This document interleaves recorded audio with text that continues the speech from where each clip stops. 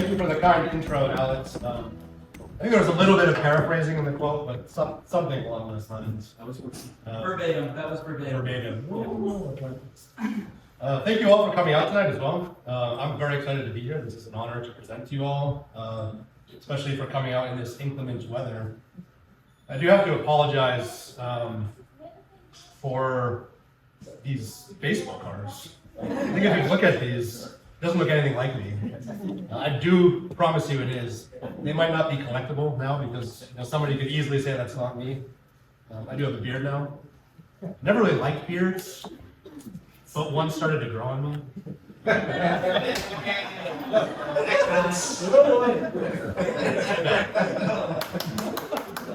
Thank you. Thank you.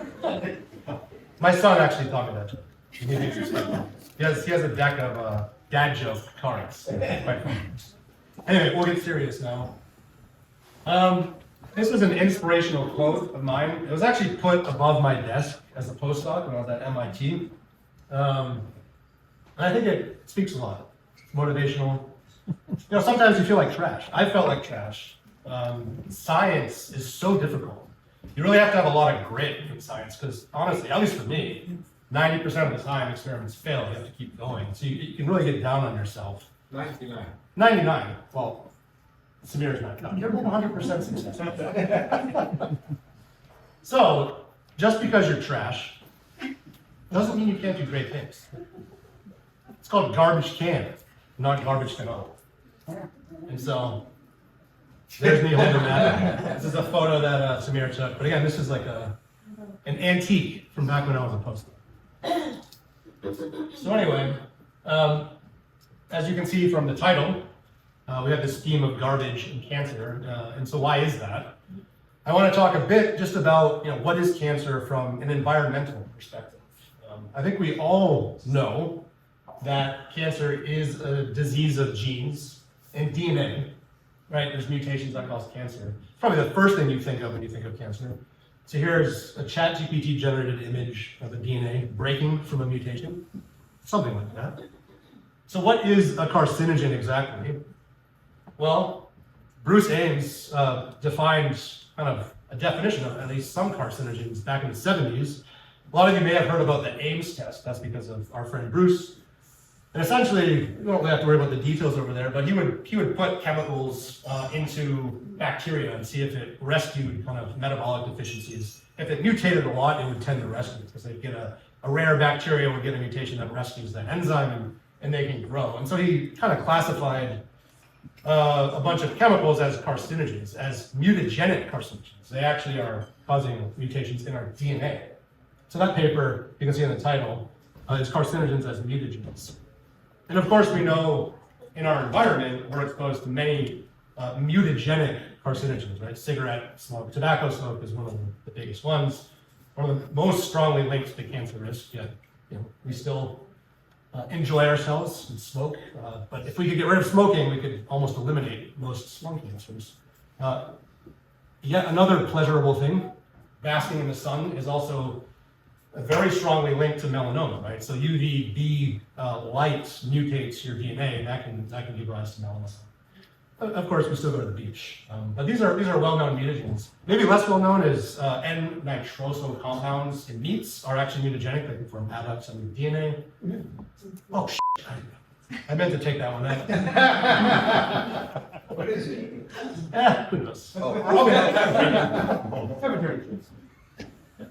Alcohol. I mean, yeah, alcohol. Sadly, chromosomes and cocktails, my friend. chromosomes. So yeah, I mean, alcohol is mutagenic, and it can be actually a carcinogen in other ways that we'll get to. Actually, bacteria and viruses can also mutate DNA, and there's even mechanisms within your own cells that can cause mutations. Usually, when the normal DNA repair pathways that maintain the fidelity of your DNA have mutations or go awry, then your own cells start accumulating lots of mutations. So here, like the DNA mismatch repair pathway. But let's get to the theme of this talk, cancer and garbage. Why garbage? Well, we're kind of inundated with garbage in our lives and in our environments. Some of that is in the form of microplastics, as Alex mentioned. Microplastics really exploded in the post-World War II era and have been increasing almost exponentially in our environment since. You can't really get away from them. But what do they actually do? Not well known. Of course, there's air pollution, smog. There's also Western diet, high-fat diet. These types of things can also, well, they're very strongly linked. At least the two on the left there, on your right, are strongly linked to cancer. But how do they actually cause cancer? So I want to give this like old school experiment, which was done by Barenblum and Schubik. And this work was like basically in the 1940s. There's a number of papers, but it's a really informative experiment. So essentially what they did was to ask, now not in bacteria in a dish, but in like an animal, right, a mouse, what is a carcinogen? Can you get cancer from injecting these things into mice or painting them on the skin? So they started with this polycyclic aromatic hydrocarbon, which actually that came from work like hundreds of years ago that found that chimney sweeps have a lot of testicular cancer or scrotal cancer due to soot and coal tar. And they kind of isolated some of these compounds from that. And so they treat the mice with this, and it's a known carcinogen, causes lots of mutations, but they don't actually get any cancer from just this. So then they actually use this other carcinogen, a promoter, which turns out you can buy at Amazon.com. This is essentially, well, it's proton oil, and you can use it for like deep skin peels. I think you're safe if you do that like once in a while. Don't do it repeatedly, every other week or every week for 6 months, like these experiments, that would be bad. So when they paint this under the skin of the mice for every week for multiple weeks, and then wait like 5 months or something like that, you get cancer. But again, you don't get cancer without painting that compound, which causes a lot of skin inflammation, skin death, skin cells sloughing off.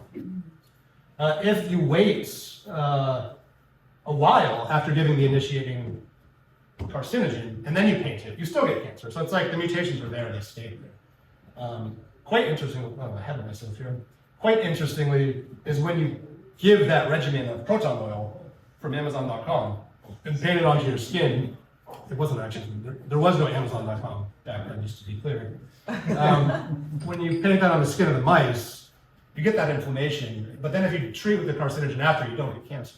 So it's suggestive that you need to have the mutant cells and you need to have the inflammation to be able to get cancer. And so there, no cancer. And actually quite interestingly too, if you spread these out like once a month and not repeatedly, this kind of chronic inflammation, you also don't get cancer. So it had to be this kind of chronic inflammation that you're inducing. So that's like a cancer promoter, but also a carcinogen. And actually, just to give a little background on myself, Alan Balmain was my graduate school mentor at UCSF, and he did a lot of amazing work in this field and has actually defined what are the mutations being induced by this carcinogen DMDA, and how exactly is the TPA, the croton oil, promoting their ability to become a cancer. What's in the cup? So Alan actually also did this study of looking at a wide range of different carcinogens, and basically just asking this question, how many of the carcinogens are actually mutagens, they mutate DNA, and so we can see we have a mouse test, which is it causes cancer in a mouse, and that's kind of the most definitive test. If it causes cancer, it's a carcinogen. But then we have our old friend Bruce Ames. So there's also the Ames test to see if it mutagenizes DNA. Is it an actual mutational carcinogen? And then they just looked at all these things. How many of these purported carcinogens cause cancer in the mouse, but also cause mutations in bacteria, or one or the other. And what was quite remarkable from this study is that many of these had very clear evidence of causing cancer in the mouse, but failed the Ames test. So Bruce Ames would have been like, that's not a carcinogen. That's not mutagenic. It's not mutating DNA. So actually, we'd say that at least of this set of chemical carcinogens that Alan and his group tested, about 60% are carcinogens that cause cancer. They don't mutate DNA. So that, at least to me, when I saw this study, was really, really surprising, shocking. So from that, we can say most carcinogens I mean, at least from this subset, but we can infer maybe to the broader environment, most or many carcinogens are not mutagenic. They're acting as tumor promoters. So instead of like the key in the ignition being a mutation in a major cancer driver gene, this is like the foot on the gas, something that causes disruption to tissue homeostasis, inflammation that allows those mutated cells to now grow out and become cancer. Again, not mutating the DNA. So getting back to this, where are we at with understanding these environmental factors? There a lot of progress has been made actually. Work by Charlie Swanton in the UK has found that air pollution, specifically particle of micron 2.5 or less, acts as a tumor promoter in the lungs by causing inflammation. It doesn't mutate DNA. So this is something to be concerned about. If you live in a city, it's pretty much unavoidable that we're breathing in particulate matter like this that can be causing the type of inflammation that causes cancer. Our very own Dr. Samir Beyaz, sitting over here, is working on round of applause. Is working on Western diet, nutrition, and also the crosstalk between nutrition and our microbiome, and also how that can be tumor promoting, how it can change stem cell dynamics, immune recognition in cancer. So he's working on mechanisms of how our diet can promote cancer. Microplastics, there's a lot of hype right now about microplastics. As far as I'm aware, there are no yet published studies that definitively show, like I showed with the Barenblum and the study with the DNBA tumor promoter and initiator experiments, been done with microplastics. So there's no definitive kind of Ames test level study that's been done on microplastics causing cancer. There's a lot of speculation, but we really don't know yet. So that's where Alex Chikla comes in. He's going to solve this problem. Right, Alex? Go, Alex. And so we'll talk a little bit about Alex's efforts here. So a distasteful cocktail. He made this cocktail. Fortunately, it's not being served tonight. But what's in the drink? It's a mixture of the most common microplastics that have been observed in the environment, but more so within human stool. So what are the microplastics that are actually being seen in our own bodies coming out through our gastrointestinal system? These are from studies have identified. These are some of the most common ones. So we chose to put these together.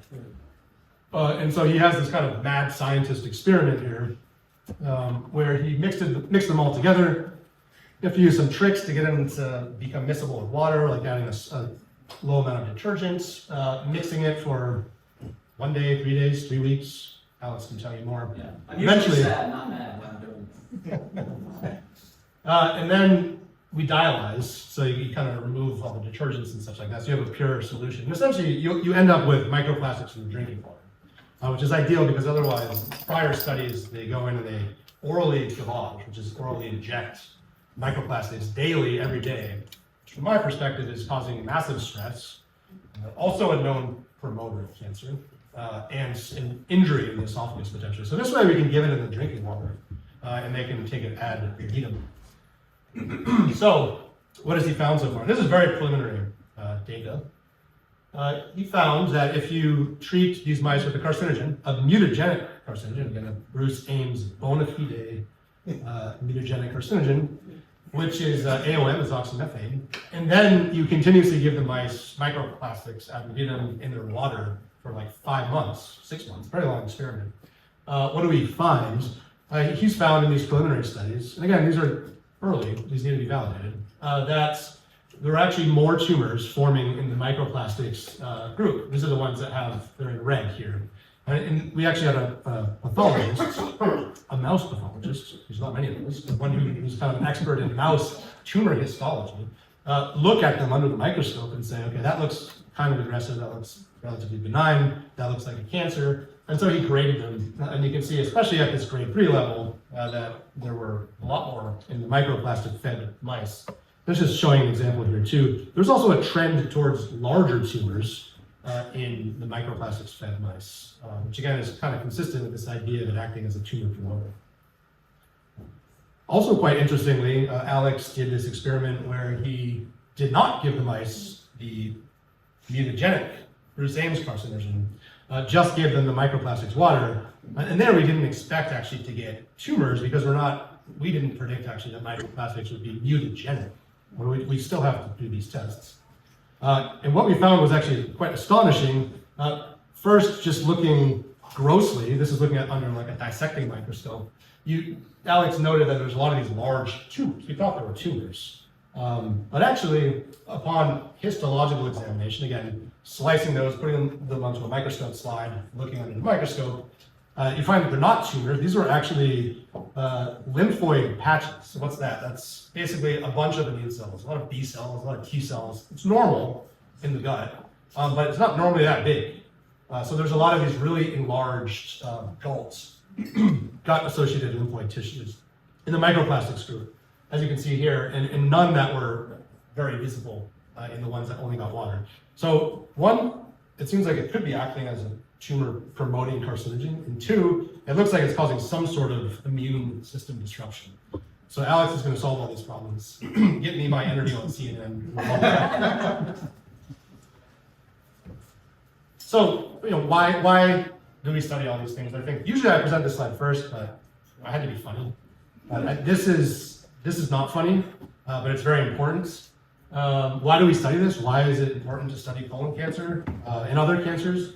Right now, colon cancer is actually the first leading cause of death in men under 50 and the second in women under 50, which is this younger age group. And this is a really disturbing trend that's actually being seen across most cancers, not just colon cancer, where there was a downward trend. We're doing better. Fewer people are dying of these cancers. And then there's this uptick, around the mid-90s or so. And then now this increase in early onset colon cancers and other cancers. And we don't know why. It's quite concerning. And of course, there's also huge changes to our environment, like microplastics increasing.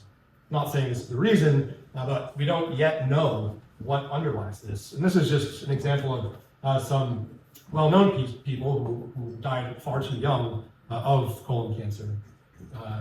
Chadwick Boseman, I think, was 43. Andy Gonzalez, a TikTok influencer, was 35, very young. And we don't, again, know why. And this is not only in the United States, this is a global trend. So it's worldwide.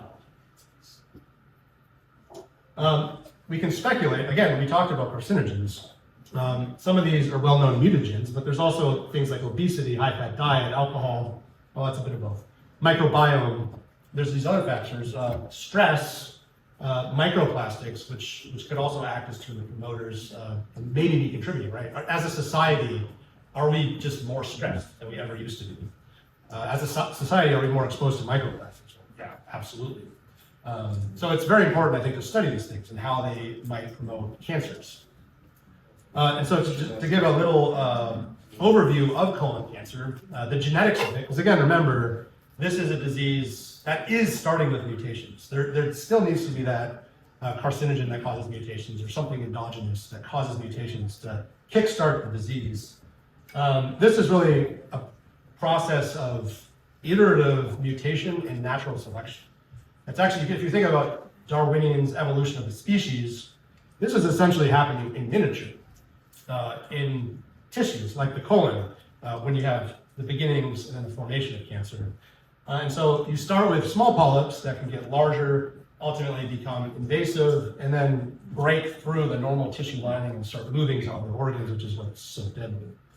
So this starts with a mutation, usually this gene APC. These have a fitness advantage. They grow much better than the surrounding normal colon cells, so they grow up and they form a polyp, a hyperplastic polyp. It's too proliferative, like this. But that's not enough to get cancer. You need additional mutations, and so often you'll see mutations in genes like these mitogenic growth pathways, genes like RAS. And now they should have an additional fitness advantage, and now be able to outcompete their still mutated APC mutant counterparts and expand out, and so on and so forth. Usually it's thought that it takes about at least 3 mutations. A mutation in like a big tumor suppressor gene, guardian of the genome type gene, also to get really full-blown cancer. But each step is kind of this microevolution. So again, I think it's important to point that out. That might have been a little too much information. But it's important to point that out because cancer doesn't just form from one event, right? It's not like a big bang, boom, you have cancer and now it's growing. It really is this gradual process. And therefore it becomes very important to understand at each one of these stages of cancer evolution, how is the cancer interacting with you, the host? How is it interacting with the environment, right? And so again, we can think of these as the keys in the ignition, the mutations, they're necessary. We actually see all these mutations in normal colons from healthy individuals, normal skin, normal lung. They're all there, which is quite terrifying. But something's holding them in check. So we know they're not sufficient to actually cause cancer. Of course, we've learned about tumor promoters. Again, the proverbial foot on the gas pedal. And so these can take mutant cells that are just sitting there. Think of that, experiments with the proton oil and the carcinogen in the skin. If you don't give the proton oil, those mutant cells just sit there for the life of the mouth and never gets cancer. So how do these maybe more relevant environmental promoters act on cancer? This remains to be, I think, more deeply understood. There's a lot we don't know. And also, which specific stages of cancer evolution are they active upon? Of course, there's the early stage going from a small polyp or even before a polyp to a larger polyp, but there's also the next phase and the next phase. And what we're really interested in is when you have a benign polyp, which I probably do. I need to get a colonoscopy, I'm almost 40. Usually they're benign, most of them are benign, they'll never become cancer. But when they do become cancer, how is that actually happening? I call that the benign to malignant transition. So how can we study that critical transition? We use both rare patient specimens, relatively rare, that a pathologist has found the earliest kind of signatures of cancer. They can look under a microscope and say, that looks like cancer, but it's a small area, and it's within an otherwise benign polyp, a low-grade polyp. It's not cancer yet. Also genetically engineered mouse models. This is something my lab specializes in, to try to model this process so we can functionally interrogate it, which of course we can't do in humans. And again, trying to capture cancer in the act, in this like bad act of becoming bad, this benign to malignant transition. We apply some exciting new technologies like spatial transcriptomics to these studies. And so you've heard of gene sequencing. This is essentially like gene sequencing on steroids. We're sequencing the RNA of the tumor cells, but we're doing it for every single cell in that tissue. So not just like all cells mashed up, like the Human Genome Project, but every single cell. So this is a form of single cell sequencing. And we're doing that on a microscope slide. So this tissue, we have the image. We know the tissue architecture. We have a pathologist look at it, and we're getting the sequencing information for almost single cell resolution for every cell on that slide, and we can map that now back onto the tissue in its full tissue context. So this is very powerful, especially for understanding the early transitions in cancer, which really need to be defined by a pathologist in the clinic, and they're small. So this is just showing an example of one of those. This is a human intramucosal carcinoma, it's called. It's like the earliest form of carcinoma, cancer forming in an otherwise benign polyp from the colon. And we can ask questions like, what cells are different, the cancer cells themselves, but also the normal cells in the individual, in that little microenvironment where the tumor is growing. What's changing between the lower grade areas, the non-cancer yet, and the cancer areas circled in red there? What unique gene programs do these cells express? Can we understand kind of broadly what these cells are doing at the genetic level? So this is just showing an example of that. We can identify gene programs, and I won't bore you with all the gene names, but gene programs that really strongly light up the early cancer and nothing else. So something unique to that early cancer that we can now delve into to understand what's going wrong. We also see non-tumor cell programs. So here, this is actually specific if you look at this area and you're a pathologist, and you have a much higher magnification image. You can appreciate that this is stromal areas where there's a lot of immune cells, connective tissue cells, and that has a unique program. So there's some sort of stromal and immune reaction to early cancer that we can now study and define. One thing that we learned from this, and then saw through an orthogonal method, standing for proteins, is that this early cancer, again circled in red, is really, really inflamed. And this was really surprising to us, actually.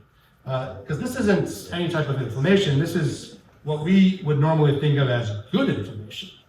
We see a lot of cytotoxic T cells, helper T cells, B cells. These are usually the cells that mount like a productive immune response that make you better if you're sick. You can also find cancer. But we're seeing them really elevated in this early cancer area, which was a surprise. And so we've developed models. This is human, right? So to be able to really ask questions deeply, functionally interrogate these questions, that we need models, systems. How do we ask, what role do T cells play in early cancer? We need to have models. We can't start, getting rid of T cells in humans. Yes, you can. You can use immunocompromised patients. There's ways. It's much easier than this.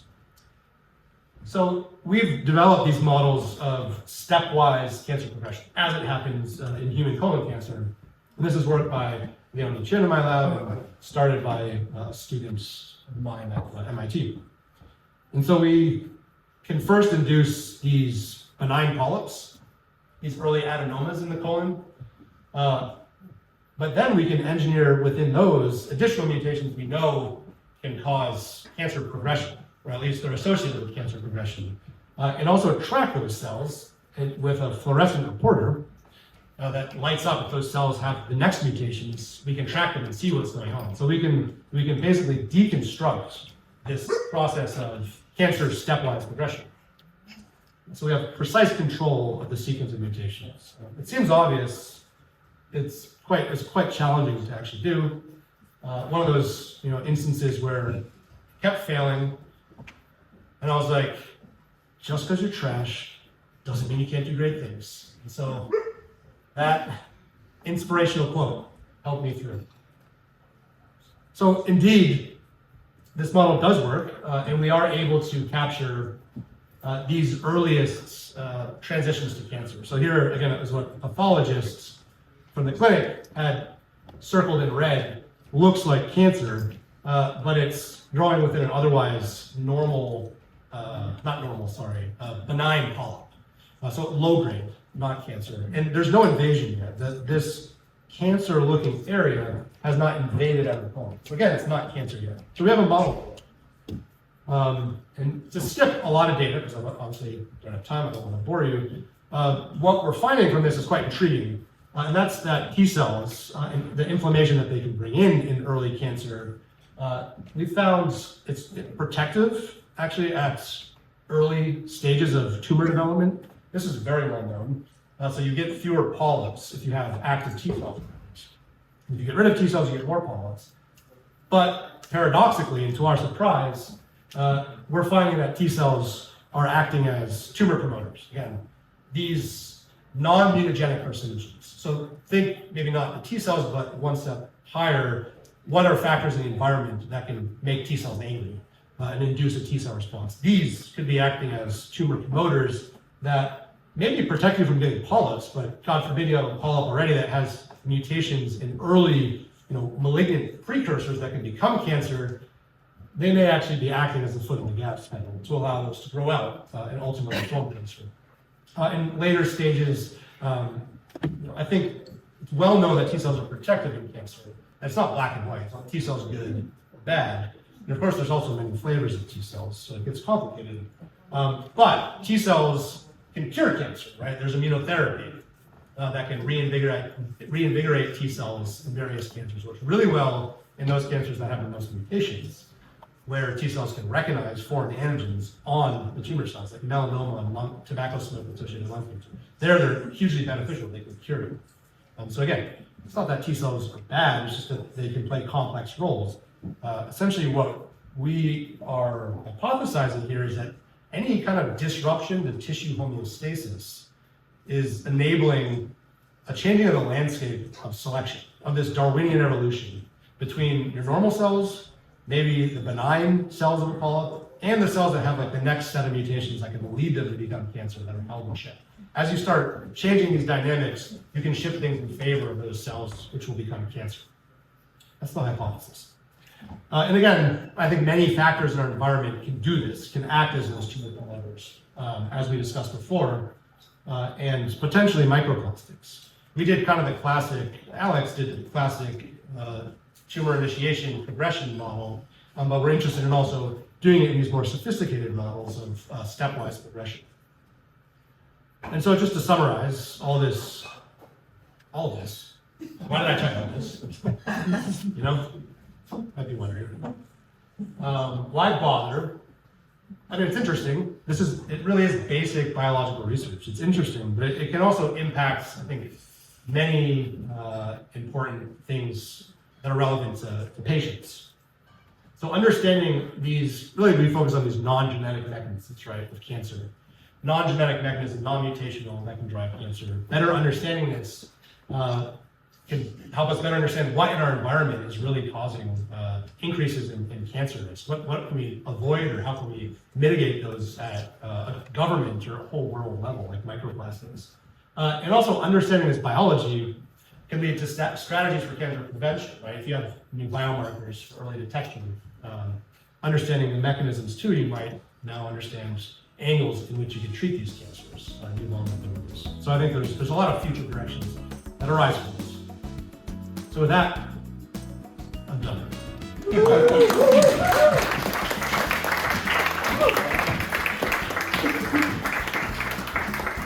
do want to thank my lab, many of who are here, so thank you for coming. None of this work would be possible without them.